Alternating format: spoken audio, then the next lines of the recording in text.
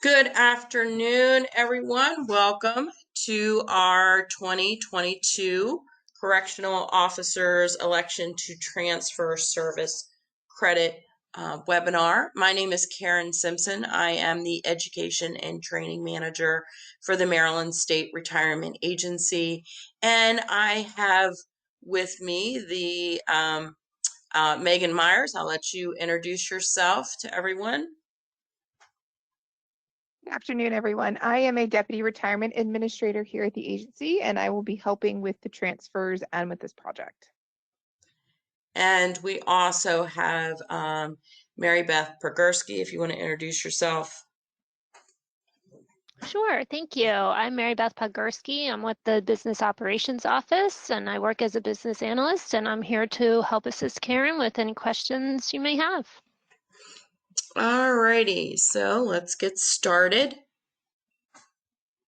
So some of the basics, before we go any further, I don't know how many of you are familiar with GoToWebinar. Everyone should have a dashboard, just like I actually have a dashboard.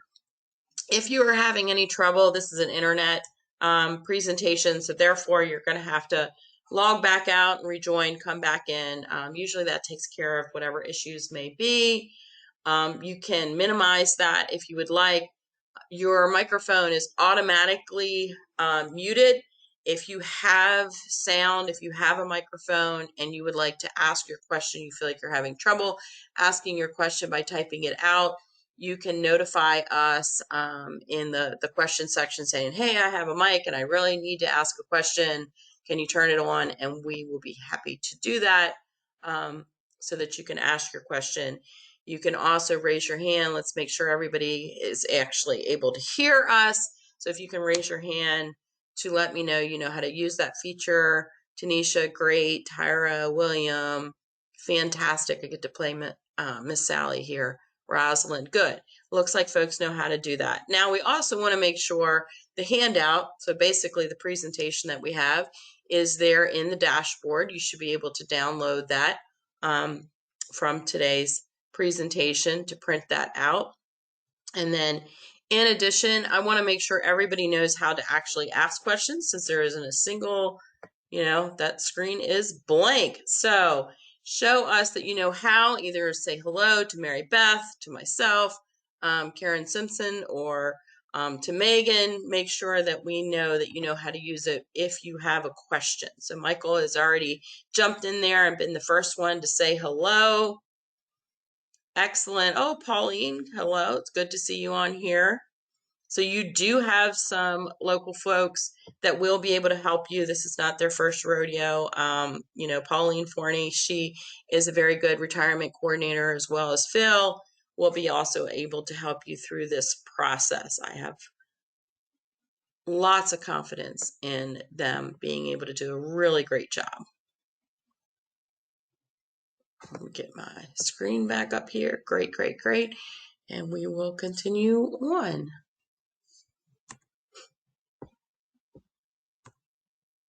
All right, so everybody on this call should be in one of these classifications. If you are not in one of these classifications, then you can just jump off, because this webinar is not going to pertain to you.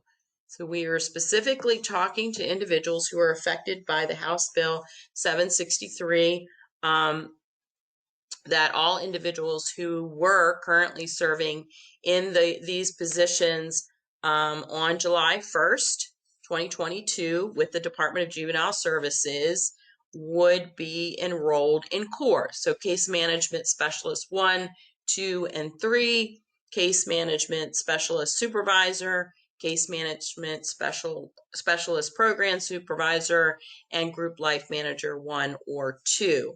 The last time we had a big change over to from the employee system into CORS was back in 2018. So you may have known some individuals who had same thing happen to them, where they were in the employee system and shifted over to CORS. And you may be wondering why that occurred.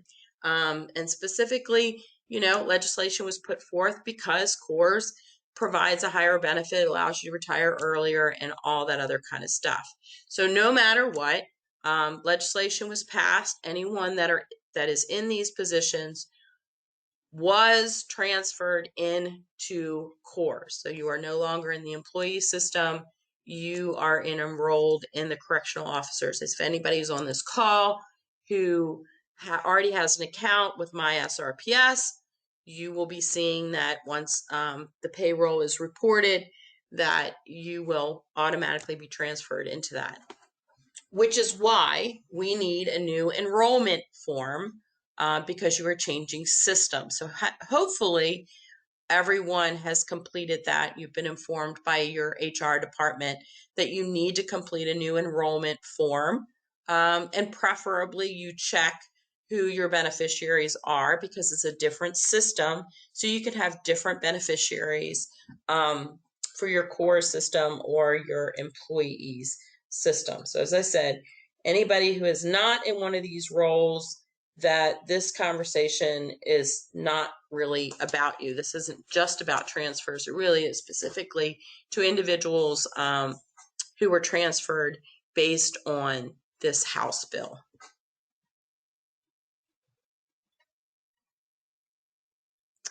Alrighty. So this is not our first rodeo. All of us, Mary Beth, myself, and Megan were here for the last time that change came around. So when this bill was put forth, one of the things that we knew from our experience in 2018 is anyone who was enrolled on or after 7/1/2008, this is a good thing. There isn't going to be, that you were giving 7% that entire time. You're going to be going to a 5%. You had a 30-year or longer retirement, and now you would have a 20-year retirement. You could retire earlier.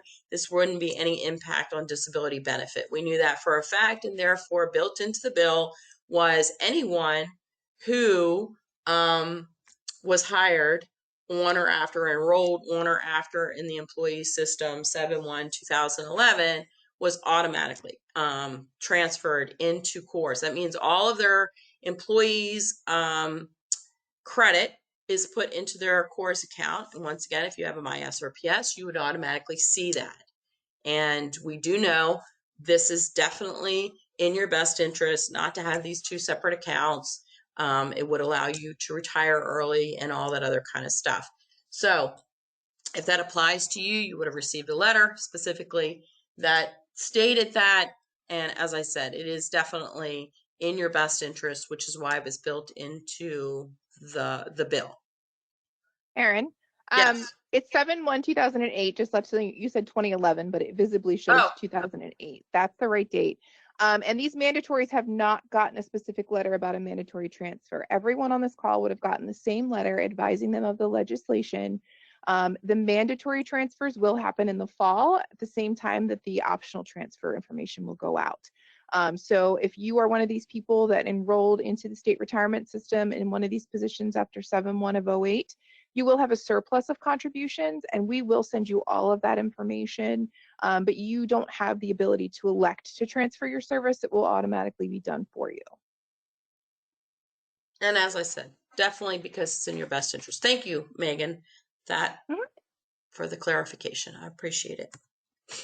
All righty. So if you had prior membership prior to 2011, so you were either in the employees pension system, EPS. 2008, Karen. 2008. Did I say 11 again? You did. I did. Well, all right. So now the confession is, y'all, I still have a COVID brain, so I apologize. And I think we're just so used to saying 2011. 2008, the reason is, of course, that's when you were paying the 7%, beginning with that, not the 2011. So if you are in the employees pension system or the employees retirement system prior to July 1st of 2008, then you have a choice as to whether or not you are going to transfer. You are still automatically going to be enrolled. You have been enrolled in the corrections system. That's what the bill says. But you have a choice as to whether or not you voluntarily elect to transfer the credit that you have accumulated in the employee's pension system or the employee's retirement system into your correctional account. So you have a choice as to whether or not you leave them separate or you transfer that credit, but it's time limited.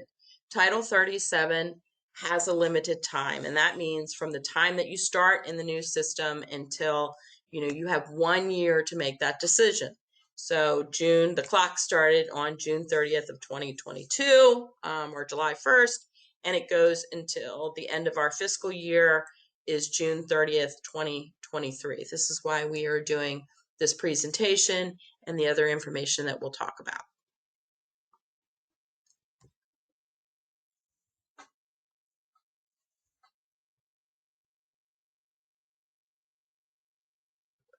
So in June, everyone on this call, hopefully everybody on this call this applies to, should have received a comparison chart and some frequently asked questions was sent to everyone. If you've received that, then you definitely fall within this group who are automatically transferred into CORS, who are starting your membership enrolled in. In the fall, we will provide letters to those who, joined on or after July 1st of 2008, mandatory transfer letters to those. And then we will send also to anyone, and as I said, it's roughly half. There's almost 400 individuals who this applies to. About 200 of them are mandatory transfers, and then the rest have the option of whether or not they're going to transfer based on Title 37. And you will receive personalized comparative benefit information.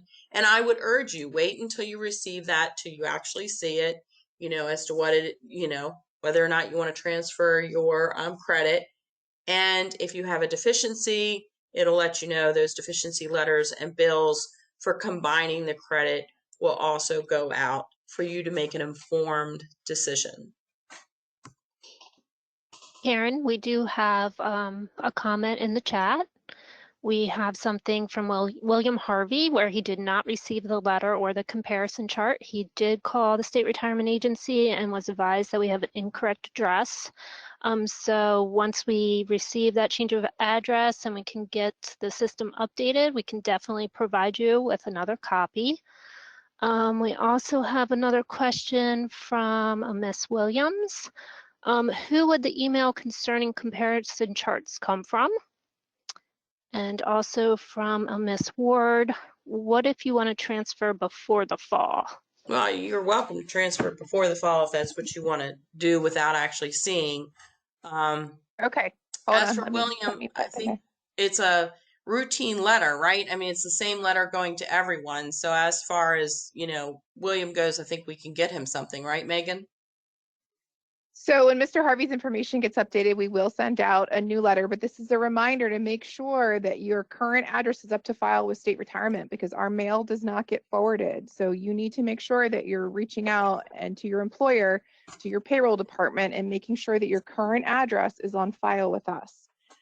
With regards to who the email is going to come from, it's not going to be an email. It's going to be a letter in the mail that you will receive in the fall regarding the comparative estimate. And if there's anyone on the call that is trying to retire in the next few months and wants their estimate early, they can reach out to either Pauline or Phil, who are on the call, and they can get that information to us. Based on the legislation, we don't have to provide all that information until January of 2023. So we try to get it out as soon as we can, but it is a manual process and it does take quite a bit of time. So we will try and get those estimates out to you as soon as we can, but you're probably looking at September. Okay, and we also had a question from Miss Rogers. She's asking, are you saying the letters went out? I also started employment before 2008 and didn't receive the letter. Okay, Did it first receive a thing is letter with the remember, comparison chart right, or the mandatory letter? So only there's only one one letter letter went that's gone out out. and it's pretty Correct. universal. And the first question would be, are you in one of those classifications? That's the very first question you should ask yourself. Are you in one of those classifications? Okay, so if you are in one of those classifications, check your address. And it's also a good reminder to go on my SRPS. If you've changed your address, I just want to add is to make sure you're changing it through payroll. So for all of us on this call, we're all state employees. That means through central payroll. It's not just in Workday. If you change it in Workday, it's not going to change it for us. It actually has to be through payroll that you make that change.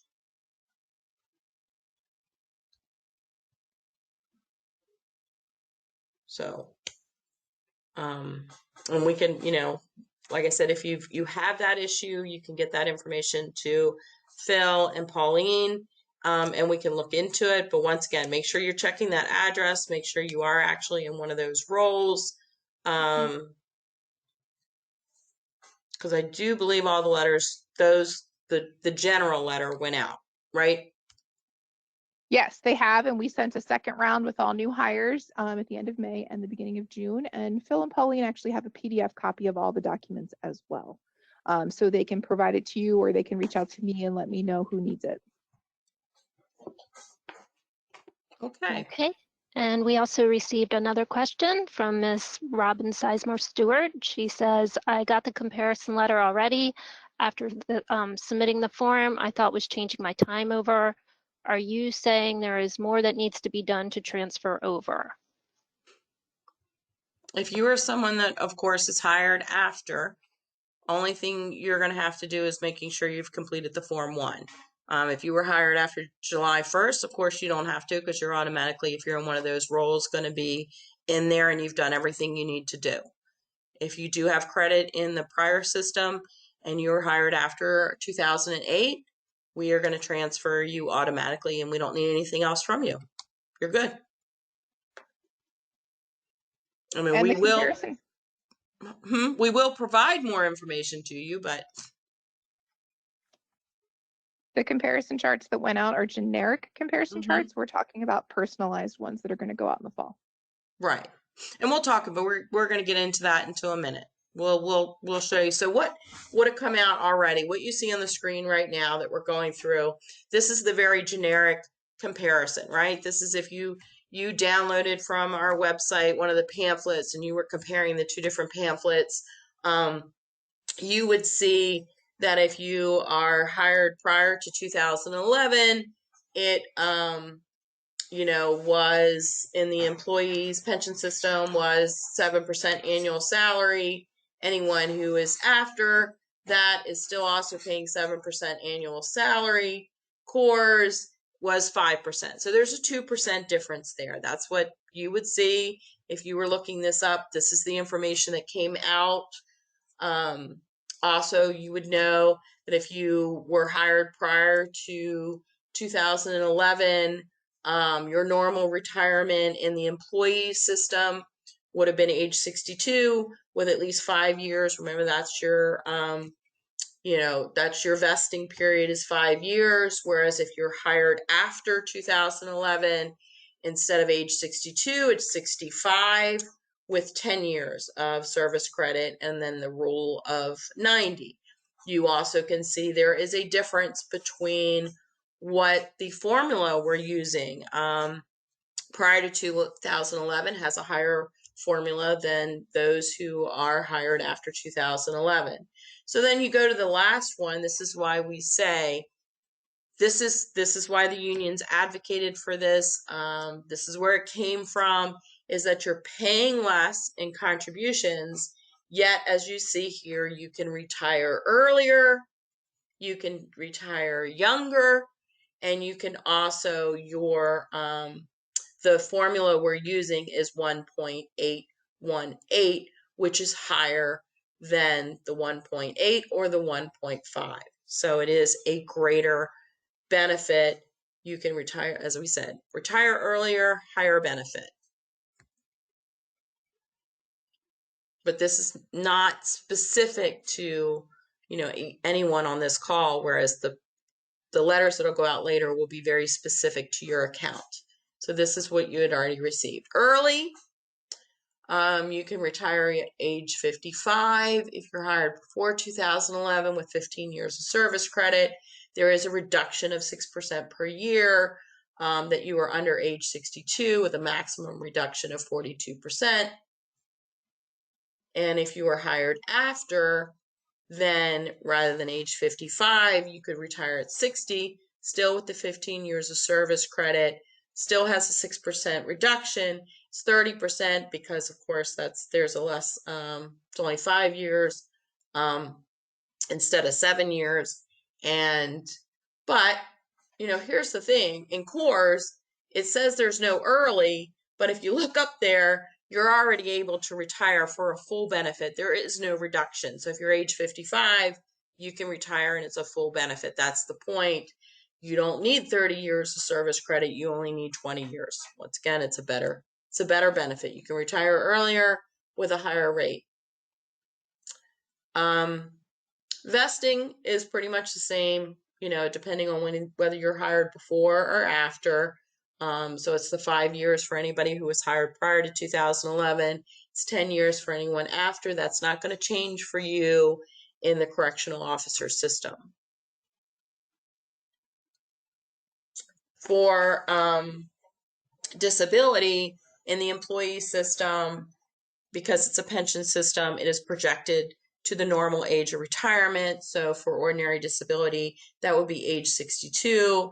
For after 2011, it is 65. Whereas in CORS, it is going to be based on your years of service or a percentage. It's not actually projected. And sorry, it doesn't go ahead. look exactly like this, but that's the basic comparison chart that you received. We've just cut it down and put it into a slide as opposed to a piece of paper. Okay, Karen, we have a few more questions that were posted in the chat. We have one individual who is asking if we can provide contact information for payroll. And then we have, it looks like a couple people that are wondering if they fall into the category that's going to be transferred. One person was in a classification of educator to CMS. And then we have, it looks like a few other people where their classification was not listed in the PowerPoint presentation. Well, if you're not listed in your classifications are not listed, then this is not for you. You can double check with HR, which would be with either Phil or Pauline, and find out because they have a list of everybody that this would apply to. And as I said, if it doesn't, if it applied to you years before and you're just taking it again, I don't know. That's very specific. And we have one more question that was just posted. Will we have to be vested in the CORS system? That is something that we are going to talk about in a moment.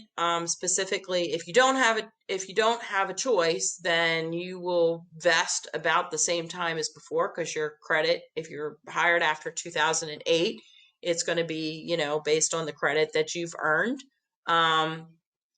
and so the vesting isn't going to change. For those who were hired prior to 2008, that's going to be part of the decision that you're going to have to make. Whether or not you plan to transfer your service credit over. And we'll talk about that in a minute.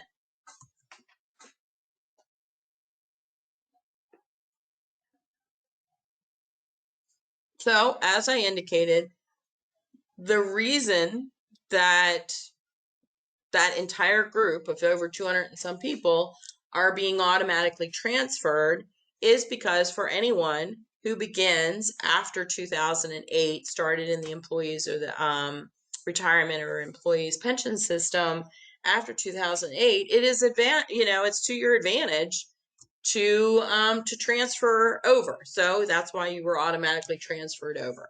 To anyone who started before that, you're going to have to decide, and we'll talk about the times that the things you might want to think about before you transfer. Because once again, for many individuals, it's going to mean an immediate vesting, right? If I started in 2008, that means I have a 5-year vesting period. I've already met that 5 years of vesting. For anyone who already reached the point, remember the spouse law benefit means that you are either eligible to retire, so you could be age 55 with 15 years of service credit. If that's the case, then you would already be eligible for the spouse law benefit, correct?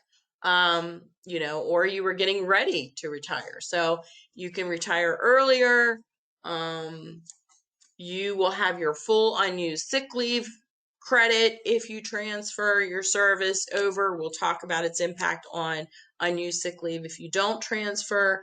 And of course, as I already said, it's a higher retirement benefit allowance. Why? Because it has a higher multiplier. And if you end up having a deficiency, as some may, that payment is optional. You can either, if you decide you're going to transfer, we will automatically transfer your service credit. You can pay that deficiency anytime before retirement or not pay it at all.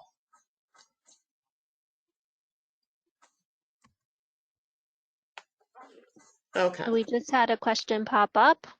Mr. Johnson would like to know if you retire from CORS and then work for another agency, for example, the Department of Ed, does that affect your retirement benefits? Okay. So Mr. Johnson, everybody on this call, first off, let's make very clear that's a question about retirement and reemployment, which is different, right? If you retired from the employee system and went back to work, same rules. You've got to have a 45-day break in service. If you go back to the same employer, which we're all with the state, you go to any state employer, you can have some reemployment rules. And the rules are pretty much the same no matter what. I think the reason that it does come up as being a little bit pertinent here happens to be because there are people on this call who suddenly might realize, oh, I'm eligible to retire. I needed 30 years. Now I needed 20 years. I have more than 20 years and I can retire. And then I'll go off to my dream job. If your dream job happens to be in the state, the same employer, I would strongly urge you, if you continue to want to work and you are going to be in a pension eligible position, that you do not retire. I mean, it's completely up to you, but if your salary goes up and you work longer, your retirement will be higher. We get calls from folks who've been retired for several years, and of course they've had earnings limitations, and then they'll say, hey, I've been retired for 10 years. Can I get credit for it? The answer is absolutely no. If they did not retire, they continued to work, of course, their retirement would go up. But that's really not a question specifically for, this presentation. It's really a reemployment question, which by law, we're really not supposed to answer or discuss. So, not now, but in the future, in the fall, this is the deficiency notice when we have calculated all of these. Remember, we just said there was a general letter sent out with the comparison, a general comparison that we just reviewed. This is more about the specifics. If you are one of these people who started prior to 2008 and you have a deficiency notice, and where this comes from is, remember, there were several years that we were non-contributory. And because we were non-contributory, individuals who are in the employee system didn't pay any contributions, and then they should have owed 5%. We're not paying that. So if you do end up having a deficiency, part of the notice is basically going to give you, we'll look at it in a minute, the other part that gives you a 20-year estimate of how the deficiency works itself out, but it will tell you. So this individual, their deficiency amount, of course, we didn't change the 2019, but it could be, it would be due by 2023, not 2019 for this group. It shows how much contributions that they've paid into CORS, and how much contributions that they paid into the employees and how much should have been in if they were paying 5%. And so this individual owed 62,000. And it transferred their 29 years and 8 months of service credit over into CORS.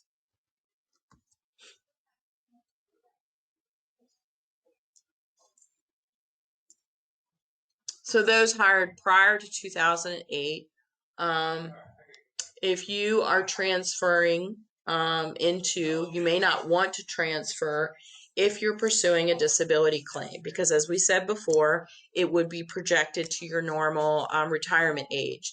If you are planning to pursue a disability, we're talking in the very near future, because remember, you only have a certain period of time in order to actually file that claim, if it happened in the other system. And also, we want to make sure that you are going to have to show, that you were disabled then and now. If you had a large contribution deficiency, which we'll look at the comparison in a moment, you may not think that it's, to your advantage to transfer, or if you're planning to work for an extended period of time. And why is that? So if you thought, I'm going to work another 10 years, another 5 years in the new system, then if you're going to be working that long, you may want to have 2 separate accounts. That's completely up to you, to you, if that's what you want to do. But we do try to provide these letters so it will provide a comparison, so you can make an informed choice.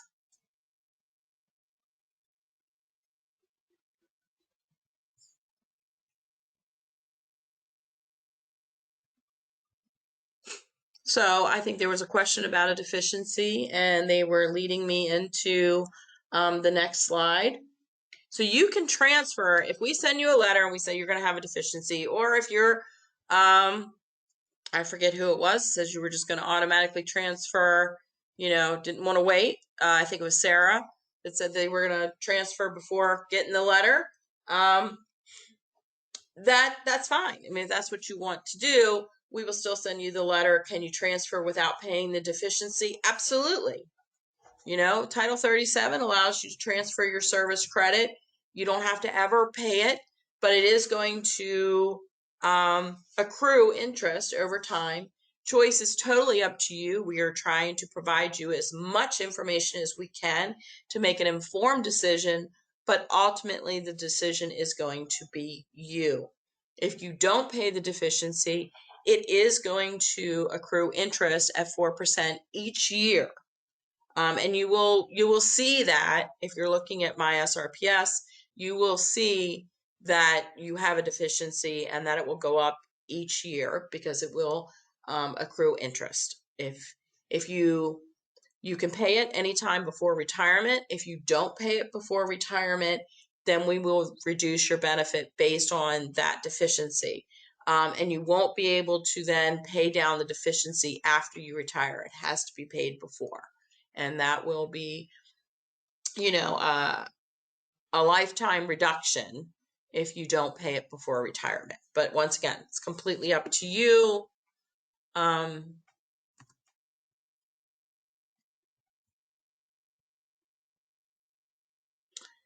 if you transfer your service credit, and sometimes this comes up, well, what about my other credit?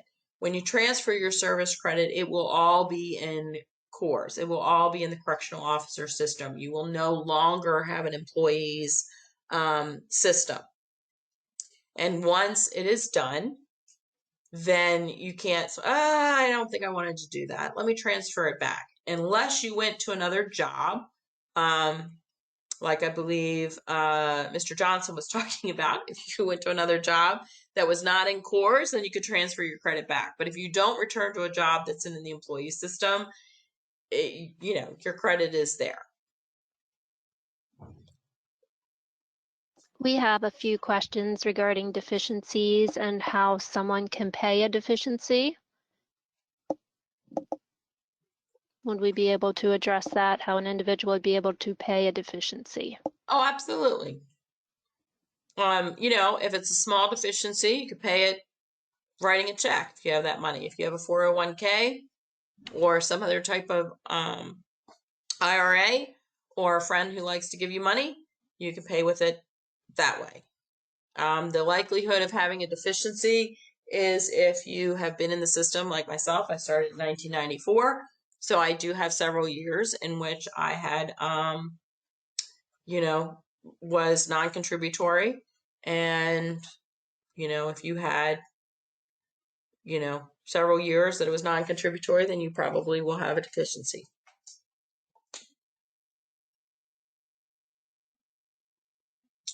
Is there a penalty if you, no, there's no penalty. I mean, that's an advantage of using a retirement account and transferring it over and going directly to us, is that you don't have that penalty. So some of the important points to remember is that we do have to receive, you have to make a decision before July 1st of 2023. The transfer actually has to be complete by then. So we do have to know that ahead of time. And then the next line is only in there because if you do have more than 10 years of service credit in the employee system and you don't transfer it over, so let's say you had 12 years or 20 years in the employee system, you will not be able to transfer it after 2023, 7/1/2023. It will basically be stuck there. So if you figure out, oh, I thought I was going to be here 10 more years and I'm not here 10 more years, then you will have these two accounts. Depending on your age, depending on your years of service, you may not be eligible until you turn age 65 or 62 in your in the employee system. And the only way that you would be able to combine them would be to do it at full cost, which means it would not be simply having a deficiency. It means you would pay the cost to transfer that credit, to purchase that credit in the other system. Granted, we will take what contributions you had in the other system, will go towards that, but otherwise it will be a much, much more costly than otherwise. I mean, that is the maximum amount you'd be able to purchase is at full cost. We had two general questions for the group. One was regarding military credit and other systems and whether or not they have to apply for that military credit again if they were to transfer their service. And the other one has to do with the years the system was non-contributory. The military credit is automatically transferred over. I do want to remind everyone, you don't have to pay that deficiency. We're not going to give you a payment plan, but you probably have already figured out we don't give any money back. So, you know, if you send us some money and, you know, it's going to go towards that deficiency. So, but you do not have to pay it. It will earn interest, but you don't have to pay it.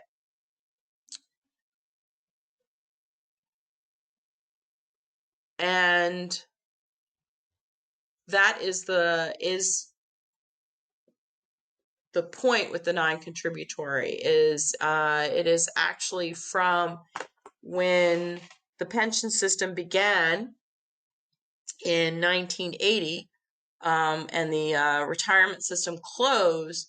It began as a non-contributory system, but it was when folks started to getting ready to retire to realize that they couldn't afford to retire when it was a non-contributory system. And my little COVID brain is drawing a blank, and I don't know why. As to when it became 1998 was when it became 2% contributions, and then 3, July of 2006 was 3, July of 2007 was 4, July of 2008 was 5% contributions, and then in July of 2011, 7% contributions started. So that's why that 7/1/2008 date is important, because if someone enrolled on or after 7/1/08, they were contributing at least 5%. So they won't have a deficiency when they do the transfer. Yes. And is that it? Is Mary Beth? Did we get them all? Thank you very much. Yes. Okay.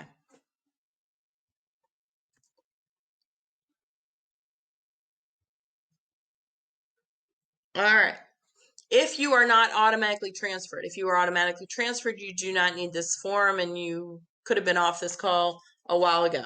But if you are in the group that started prior to 2008, then you will need to complete and send this form in. We will actually mail this form along with the rest of it, so you will have it, but you can also receive this form from Pauline or from Phil. It is the election to transfer. Just a note on these forms will be flagged for this House bill. So please do not pull a generic form and mail it to our agency. Please make sure you are only using the proper Title 37 form so we can track your transfer and know that it's connected to the legislation. Okay. So, but we have to have this before July 1st. And, it may seem like that's a long way from now, but it will come up really quickly. So make sure, you flag your calendar or something like that, that you do not let July 1st of next year go by without making your informed choice. And your retirement coordinator would complete the bottom of the form for you, your current retirement coordinator. Karen, we have a very good question from Mr. Taylor. He wants to know if we were hired after July 1, 2008, we have contributed a higher rate than required. What happens to the extra money we contributed? Well, we thank you very much, and Megan and Mary Beth and I, we're going to have a great time. No, that's not true. Your money, whatever you contribute to us, is your money, no matter what. So you contributed 2%, 3%, 5%, 7%. It is always your money, and it is in your account. So if you had a higher rate, then what we call that is, sometimes if you call in, it's the same thing. People will talk about voluntary money, or they'll talk about excess contributions. In our new system, it's written as excess contributions. I said earlier, we do not give any money back. The law does not allow us to give you any money while you are currently active. That is, of course, to protect your retirement account, and so that people aren't just taking their money out and then they don't have anything for when they retire. So the law, IRS, does not allow us to give back money while somebody is working. Even if you're working contractually or anything else in our system, we cannot give it back to you. But your excess contributions, voluntary funds, which we'll call them, you probably don't feel it's very voluntary, will continue to earn interest.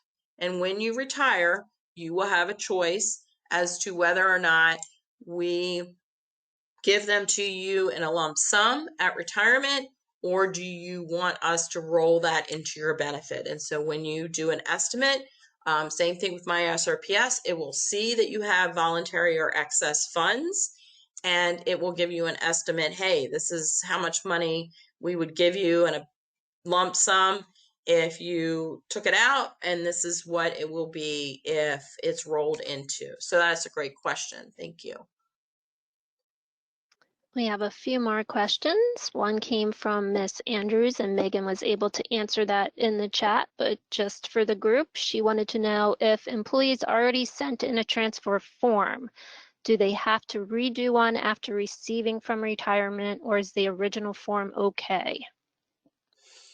I would say that only reason that you would not is if you find out after receiving the information you don't want to transfer. But then if it's already done, it's done. Remember, you can't change it once you've transferred your account. And since it's within our system, it does happen pretty quickly.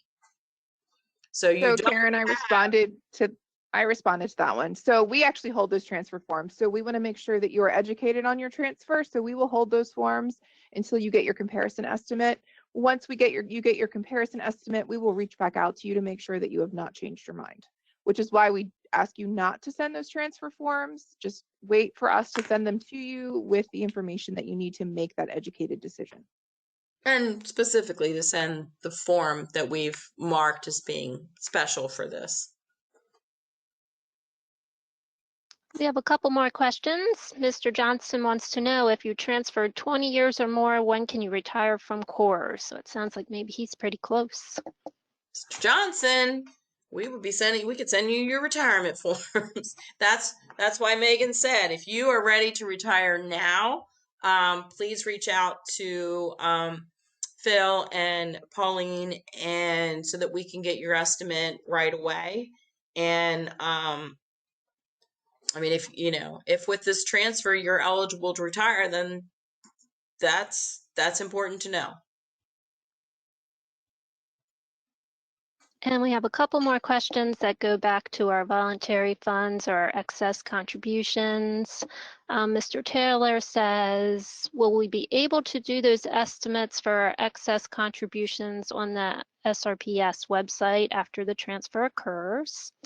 And Mr. Orr wants to know, what is the benefit of rolling a surplus into your retirement? Well, I think that's best for you to figure out when you're doing, yes, if you have voluntary funds, if you have excess funds, or you have a deficiency, whether you have a deficiency or excess funds, my SRPS, when you're doing your estimate, is going to show you the difference of whether or not if you pay it. I knew somebody who had a deficiency many years ago, and her deficiency was very small, but it was over a course of actually 20 some years that she didn't pay it. So her the accrued interest that she didn't pay was much higher than the very small deficiency. And so of course when she went to retire, we basically said, hey, if you pay for this, this is what your retirement is going to be, and if you don't, this is what it's going to be. Same thing with rolling it in or giving you the money. We're going to say, this is how much you have in excess voluntary funds. This is what it would be. Keep in mind, anything you have returned directly to you is, of course, going to be taxed. Anything that you roll over into a retirement account, of course, is not going to be taxed and would be simply rolled over into there. And then the other is whether or not you want us to roll it into the payment. And we'll tell you, I don't know. Depends on depending on the voluntary funds, could be a difference of, $1, could be a difference of a couple $100 a month or per year. That's why I would say, you would go to my SRPS, run an estimate, and see what the difference would be. We have one more question that just popped up. Do you know what years of service will have a deficiency? Some years were under 5% and other years were over. Yes, be any of the years that you had that were non-contributory, 3% or 4%. I posted once in again, the with the chat number of years paid 7%, it's possible, to make a difference. I posted in the chat the breakdown so that everyone could see it. So I posted it to all as well. It's in the question section. So that way you guys can look at that if you wanted specific years. Okay, unused sick leave. We mentioned this early.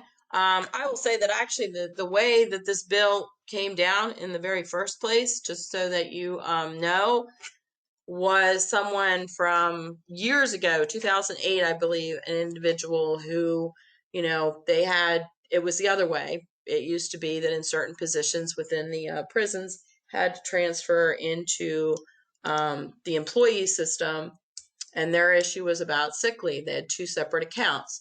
If you have two separate accounts, you will only receive unused sick leave the way it is. Is that up? I think I lost. Are you seeing my screen? Because I think I lost it. Let me find. I'm sorry. Yes. The view. I'm seeing unused sick leave. All right, good. Because I am not seeing my screen. That I think it got connected to something else. All right, I have no idea. All right, you'll have to let me know if you don't see it.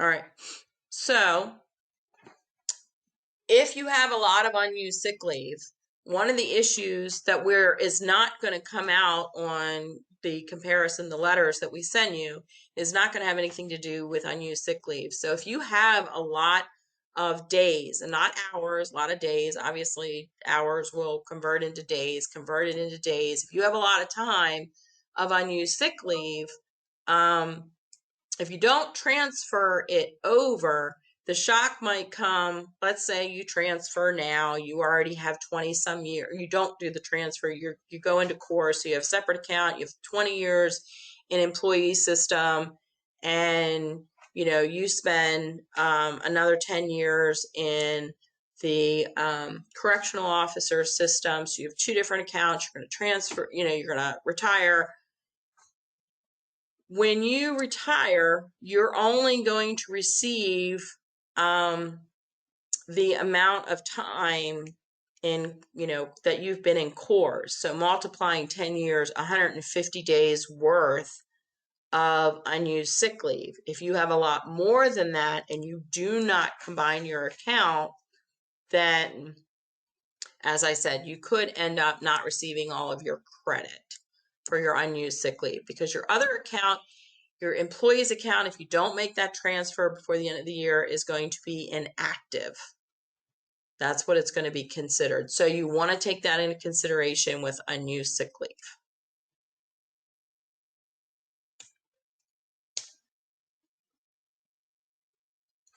So in conclusion, I hope this has been helpful to everyone on this call, that for anyone who was enrolled in the employee system prior to July 1st of 2008, that you're automatically going to be not only enrolled, but you're going to be automatically transfer all of your employees system credit into your CORS account.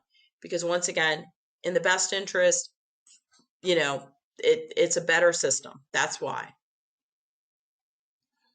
For some, transferring into CORS, transferring your employees' credit into CORS may result in a contribution deficiency. It isn't necessarily going to apply to everyone, but it may. You can transfer your credit without ever paying that deficiency. You do not have to pay the deficiency. Your credit will transfer over. You can pay that deficiency anytime before retirement, and you will see what that deficiency is, because it's going to say that on my SRPS, or you could never pay it. It will accrue interest over time, so you will see that will go up. As we said, 4% per year if it's not paid.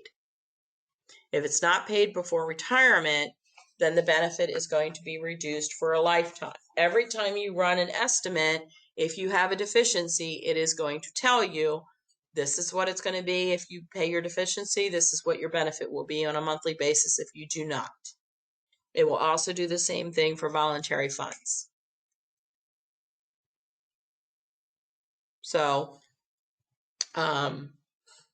unused sick leave is always going to add to you. There was a question about unused sick leave. Unused sick leave will add to your benefit if you have more than 11 days worth of unused sick leave and you retire directly from service. If you don't retire directly from service, if you leave, you go somewhere else, then it's not going to apply.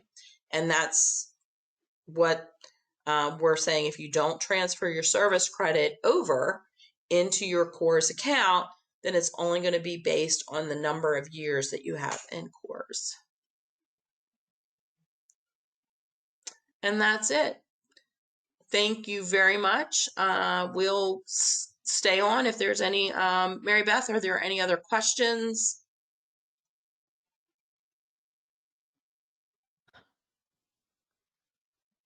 Okay, so we had one question that came from Sarah, and she was just asking for some information as to who Phil and Pauline are. So if we could maybe give her an explanation of that. I'm sure that So was. Pauline responded, she's asking that employees reach out to their individual retirement coordinators first, and then they will reach out to Phil and Pauline if need be.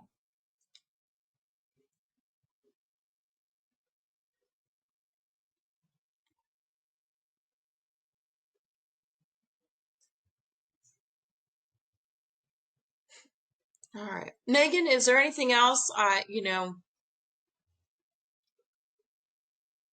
think of we need to discuss, or anything in No, summary? I would say just just as long as you've talked to your human resources person, you've gotten your enrollment forms in with your retirement coordinator, and they've sent them to our agency, we will process them, and we'll get them updated, and then we will start sending out the notification in a few weeks. It's probably going to be, like I said, September, before we start sending out all of that documentation. So just keep an eye on it. We will inform our points of contacts at DJS. They will get copies of samples of letters, and they will be reaching out to their respective coordinators as well to notify them of when the letters go out. So you guys will have an idea of what's happening. We do need to clarify some sick leave. It sounds like in the presentation, it wasn't explained quite as detailed as it could be, and that's my fault. So I will send an addendum with those comparison benefits that we send in the fall, and it will detail the sick leave, and I will also provide it to my points of contact at DJS, and that will clarify the sick leave. There were some changes made to the sick leave laws, and that is why it was not clarified. It's a little bit confusing though, so I don't think we could have presented it properly in a presentation. Yeah, they do have a few little special rules when it comes to, so. Yeah, there's fractions involved, so it's just a bit messy. Mm-hmm.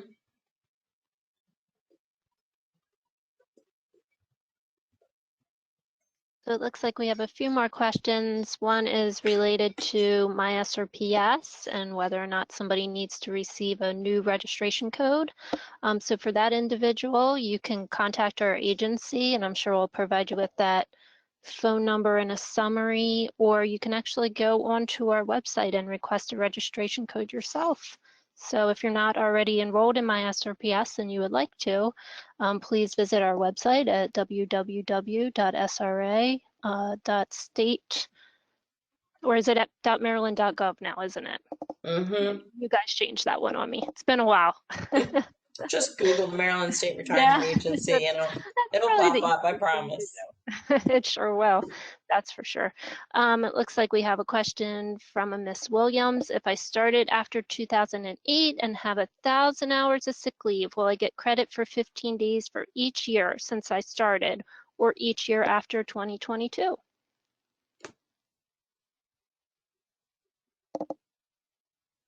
So it depends on whether you transfer or not. Mm-hmm. And that's what I wanted to send out the clarification on, because there's actually a fractional calculation if you choose not to do the transfer. So if you do the transfer, everything transfers fine. If you don't do the transfer, in order to calculate sick leave, they use your creditable service and your unused sick leave in a fraction to determine what you're eligible for. So it's really person specific as to what you would qualify for. Right. I think there's someone else who said I started in the 80s. What do I need to do? And we really want to be careful about not answering very specific questions about people's specific accounts on a call that has over 100 and some people. Because I've been doing this a while, and it's usually the person that it doesn't apply to is like, oh yeah, she said it, and the other people.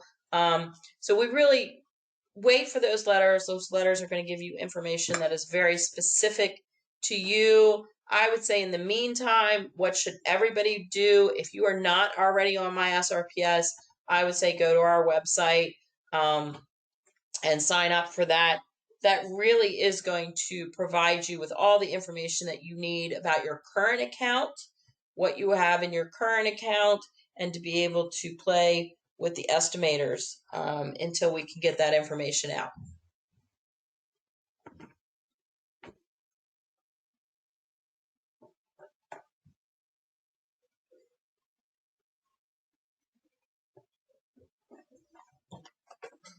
All right, it is 2 o'clock, and I'm going to stop the recording at this point in time. We'll hang out just a moment or two longer for any other questions.